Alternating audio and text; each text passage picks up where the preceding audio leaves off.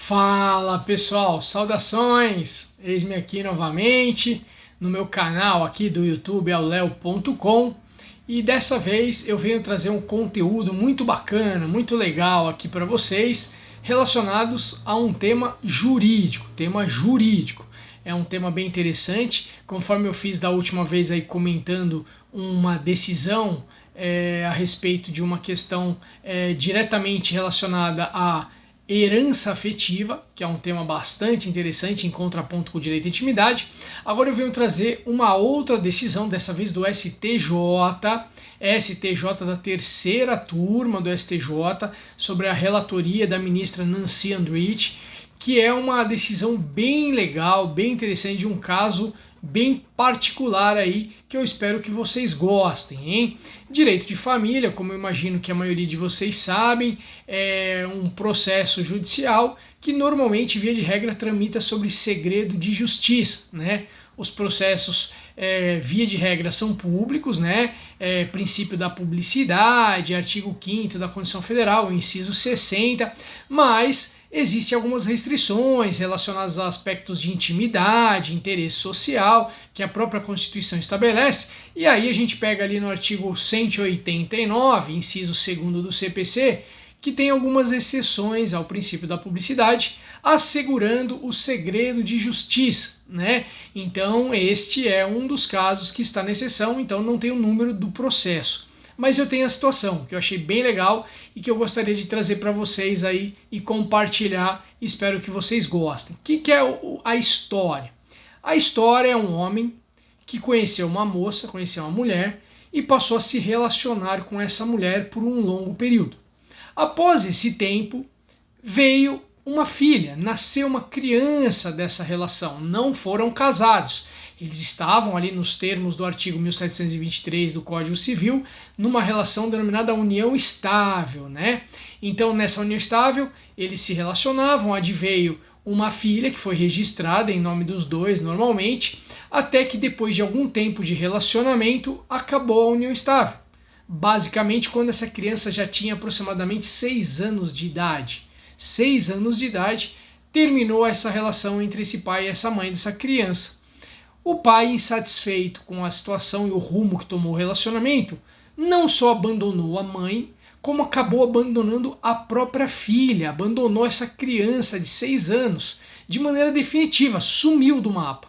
Não procurou, não deu mais assistência, não deu recursos financeiros, não deu apoio afetivo, não compareceu mais para ter relação com essa filha. Muito bem, o tempo passou até que essa mãe, percebendo que essa filha passou a ter alguns problemas emocionais, problemas sentimentais, questão relacionada à ansiedade, essas circunstâncias emocionais, esses abalos emocionais que ela passou a ter, acabou repercutindo na saúde dela. Ela começou a ter enjoos, começou a ter ânsia de vômito, começou a ter batedeira no coração, até que submeteu a um exame, constatou que ela estava numa crise profunda de ansiedade, que ela estava com problemas emocionais, que precisaria passar por um tratamento psicológico, passar por uma terapia. Diante disso, a mãe ajuizou um processo judicial em face do pai dessa criança, pleiteando que ele fosse condenado, tendo como fundamento uma responsabilidade civil dentro do direito de família, em virtude desse abandono afetivo, né? Em virtude de ter abandonado essa criança. Muito bem, esse processo tramitou regularmente, foi feita uma perícia. Nessa perícia, dentro do processo, constatou-se que efetivamente essa criança tinha problemas, e detalhe, esse processo foi ajuizado quando essa criança já era uma adolescente, já tinha 14 anos de idade. Então, feita esta perícia, constatou-se que ela efetivamente estava com alguns transtornos psicológicos, crise de ansiedade, problemas emocionais, e que tinha uma significativa conexão com o abandono afetivo que fora praticado pelo seu então genitor, pelo seu pai. Muito bem, diante dessa constatação pericial, o juiz de primeiro grau acabou condenando esse pai a indenizar essa filha num importe de R$3.000. Muito bem. Após essa sentença condenatória, este pai recorreu. E ao recorrer ao Tribunal de Justiça de segundo grau, o tribunal entendeu, no acórdão proferido ali naquela respectiva esfera, entendeu que não havia que se falar em condenar esse pai a indenizar essa filha, porque não surtiria nenhum efeito prático. Primeiro, que não resgataria a relação entre pai e filho. Segundo, que não seria uma punição significativa. Terceiro, que nem valores teria como se apurar qual seria o montante razoável e justo para condenar esse pai em virtude desse ato. E, de mais a mais, entendeu que não haveria essa possibilidade de condenar esse pai. Não satisfeita, essa mãe, por meio do seu advogado, obviamente, ajuizou um recurso, interpôs um recurso especial perante o STJ, questionando este acórdão do TJ.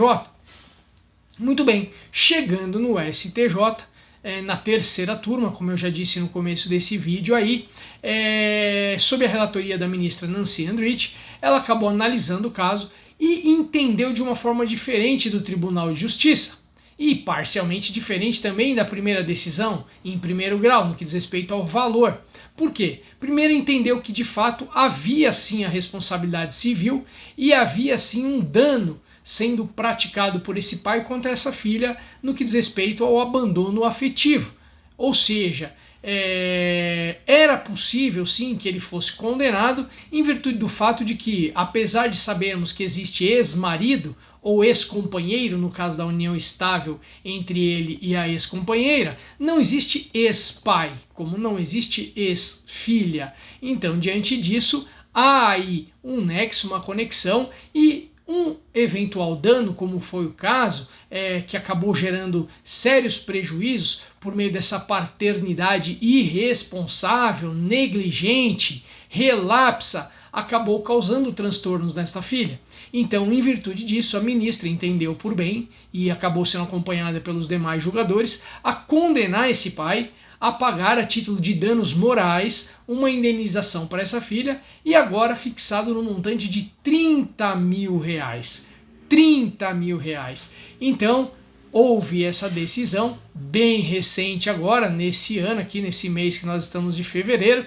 Não tenho informações ainda se haverá eventualmente um recurso extraordinário para o STF questionando essa decisão, mas o fato é que temos aí um entendimento interessante, ou seja, é uma compreensão do STJ, que é a guardiã da lei federal aí, entendendo que há sim a possibilidade de condenar, e o valor a ser apurado é como qualquer outra indenização por danos morais, onde não existe concretamente, assim como às vezes no dano material, um valor já estabelecido com um critério bem objetivo. Então, um dano moral é possível se quantificar sim, e no caso concreto entendeu-se que o valor de R$30 mil estaria razoável e suficiente para ressarcir os danos e os prejuízos causados por este pai ao praticar este ato de abandono afetivo.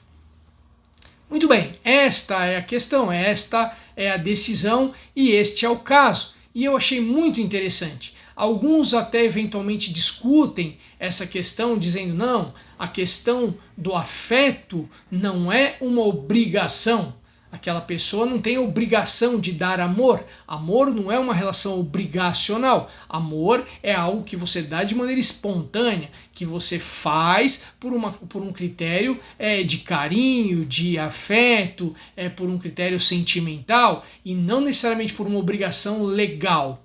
Por outro lado, é sabido também que é possível que esse tipo de situação aconteça, e acontece muito no nosso país, de pais abandonarem filhos, e acaba não surtindo o efeito que acabou surtindo nesse caso concreto. Esse impacto efetivo, emocional, gerado na emoção e no interior, na psique desta criança que acabou virando adolescente. Há casos em que o pai abandona e muitas das vezes essas crianças, esses adolescentes acabam utilizando isso como um motor, propulsor para poder crescer na vida e até provar para esse pai que não dependeu dele para atingir o sucesso e o êxito na sua vida. Mas isso é de cada um para cada um. Cada pessoa tem a sua própria compleição emocional, cada pessoa tem a sua estrutura emocional de acordo com a sua personalidade e de acordo com os valores, princípios e o meio em que ela viveu e a forma como ela foi criada. Então, diante disso, se constatar-se efetivamente que aquela atitude, seja do pai, seja da mãe até, acabou gerando transtornos emocionais e psicológicos para aquela criança ou para aquele adolescente, eu entendo também bem razoável essa decisão da Corte Superior aí de condenar esse pai em virtude desse ato que ele praticou com essa filha que causou sérios transtornos. Evidentemente que talvez esses transtornos emocionais causados por esse pai não é esse dinheiro que vai resolver. A questão aqui não é necessariamente essa. Talvez essas marcas, essas cicatrizes, essas feridas emocionais nesta adolescente acabam sendo levadas para o resto de sua vida. Eventualmente vai acabar impactando nas suas relações para com o seu futuro cônjuge. E isso já é sabido, já é estudado na psicologia, o impacto dessa relação entre os filhos e os pais na futura relação conjugal que essa pessoa vai ter, ou relação matrimonial, ou seja, namoro, noivado, seja qual é o tipo de relacionamento afetivo que esta pessoa vai ter no futuro, numa idade mais madura. Mas o fato é que as consequências geradas, em alguma medida, têm que ser recompensada, tem que ser repreendida, tem que ser punida, e isso é para o bem-estar da sociedade, para que a sociedade cresça tendo aos seus personagens a responsabilidade, o compromisso de exercer seu papel de pai, de filho, de cônjuge, de autoridade pública, seja qual esfera for. Então eu achei essa decisão bem interessante, eu achei um valor razoável, eu imagino que alguns fatores devem ter sido considerados para estabelecer esse valor. Um deles talvez até não conseguia depreender do processo das informações que eu tive, talvez seja até a condição financeira desse pai, que não poderia ter sido condenado a um valor muito superior a esses 30 mil. Imagina eventualmente se fosse uma pessoa muito rica, de muitas posses, talvez esse valor poderia ser um pouco maior, e se fosse uma pessoa de condições financeiras muito baixas também, talvez poderia ser um pouco menor. O fato é que eu não sei em que medida esse fator foi determinante para esse valor de condenação, mas eu acredito que o fator do impacto causado nessa adolescente, nessa criança, acabou sendo um dos critérios que foi levado em consideração, e eu entendo que é um valor razoável aí e que acabou servindo de reprimenda para esse pai, de lição para ele aprender e para ele refletir a respeito da atitude que ele teve. Não sei se ele tem mais filhos, se ele tinha filhos antes dessa menina, se ele pensa em voltar a ter mais filhos, mas isso foi algo que provavelmente ele não vai mais esquecer. Para essa menina, para essa adolescente, para essa mãe, não será reparado todos os traumas complexos que foram gerados pelo ato, mas em alguma medida elas provavelmente se sentiram tuteladas pelo Estado, pelo Poder Judiciário, ao perceber que a atitude do pai acabou não passando em branco, não passando impune, e ela acabou em alguma medida tendo esse auxílio financeiro que acaba atenuando, ainda que um pouco apenas, a sua situação para eventualmente pagar um estudo, para eventualmente investir no seu próprio tratamento e para poder seguir em diante sua vida. Legal? Interessante, né? Espero que vocês tenham gostado dessa história, deste caso, deste processo e do que aconteceu do seu desfecho aí. E se eventualmente você achar que alguém pode curtir essa história ou alguém está passando por algo parecido, envie esse vídeo para que a pessoa possa ter acesso a esse conteúdo aí, tá bom? Se você curtiu, coloque aí, se inscreva no meu canal e continue me seguindo, que em breve teremos novos conteúdos de vídeo aí, tá bom? Obrigado, pessoal. Fica com Deus. Até o próximo vídeo. Tchau, tchau.